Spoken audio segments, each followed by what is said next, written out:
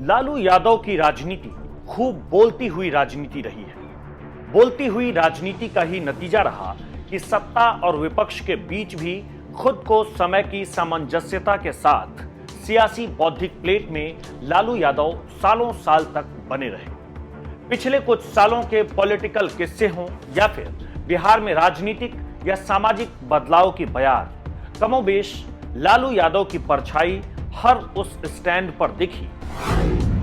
अब लालू यादव के राजनीतिक करियर का सूरज लगभग ढल चुका है, लेकिन उनके कुछ किस्से ऐसे हैं जिसे जिस चाव से लालू ने दुनिया को बताया, उसी चाव से लालू के समर्थकों ने और राजनीति में रुचि रखने वाले लोगों ने सुना भी। लालू यादव की ऐसी ही कुछ कहानियों की एक सीरीज जिसका नाम है अथ श्री लालू कथा।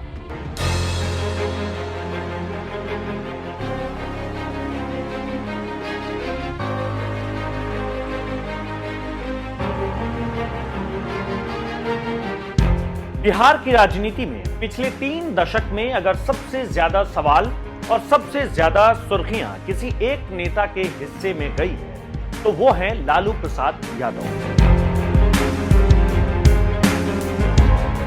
लालू यादव राजनीति में रहते हुए सबसे ज्यादा विवादों में भी रहे तो उससे कहीं ज्यादा लोकप्रिय हुए। लालू यादव को लेकर सबसे ज्यादा सवाल खड़े हुए, उनकी निंदा भी खूब हुई। बावजूद इसके उनके विरोधियों ने उन्हें कभी नजरअंदाज नहीं किया।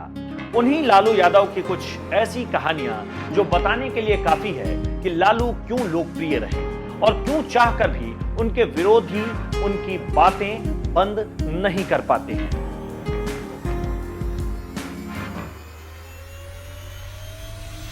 राजनीति में हर मौसम को पहले से ही भांप लेने में माहिर लालू यादव के जीवन में ऐसे कई किस्से हैं जिसे सुनते सुनाते खुद लालू भी मुस्कुरा उठते और उन्हें चाहने वाले तो इसे सुनकर कई बार आश्चर्य में पड़ जाते हैं तो कभी कभी वो हंस भी पड़ते हैं। लालू यादव की भूतों से मुलाकात वाली एक कहानी बहुत प्रसिद्ध रही है।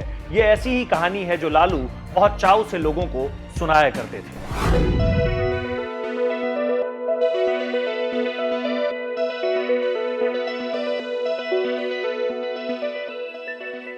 अपनी आत्मकथा में भी लालू यादव ने इसका जिक्र किया है और बताया है कि कैसे उनकी मुलाकात एक बार भूतों से हुई थी। लालू यादव ने बताया कि उनके गांव में उनके घर के पीछे एक पीपल का पेड़ हुआ करता था जिसके नीचे ब्रह्म बाबा का स्थान हुआ करता था। एक बार गांव के लोग उसी पीपल के पेड़ के नीचे कुछ गा बजा रहे थे, कुछ सुन रहे थे। ज्यादातर लोग रात के खाना के बाद वहीं बैठते थे और एक दिन की यह कहानी है जब लालू भी उसमें शामिल हुए। ये सुनते सुनते लालू यादव को नींद लग गई। गांव के सारे लोग चले गए, लालू वहीं सो गए।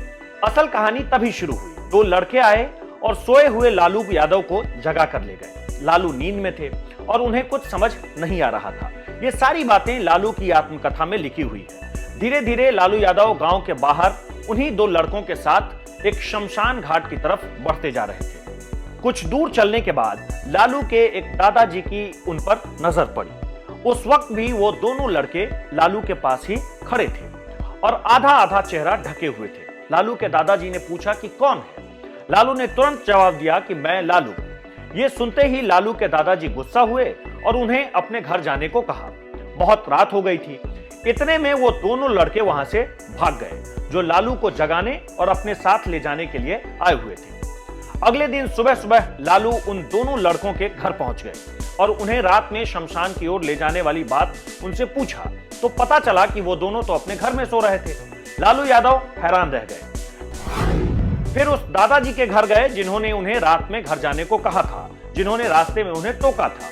वहां से भी चौंकाने वाला जवाब मिला। जवाब यह था कि वो भी रात में घर से बाहर नहीं निकले थे। आखिर में लालू यादव ने यह सारी कहानी अपनी मां को बताई। जैसे ही लालू की मां ने ये सारी बातें सुनी तो कहा कि असल में जो लोग तुम्हें जगाने आए थे वो भूत थे और ब्रह्म बाबा ने दादाजी का रूप पकड़कर उसे बचाया है। इसके बाद लालू यादव की मां ने कहा कि जाओ और ब्रह्म बाबा की आराधना करो। उसके बाद ऐसा कभी नहीं हुआ जब लालू ने ब्रह्म बाबा के आगे सिर ना झुकाया हो। ये सीरीज आगे भी जारी रहेगी। लालू की वो कहानियां जो आपने कभी नहीं सुनी होंगी, वो हम आपको सुनाएंगे।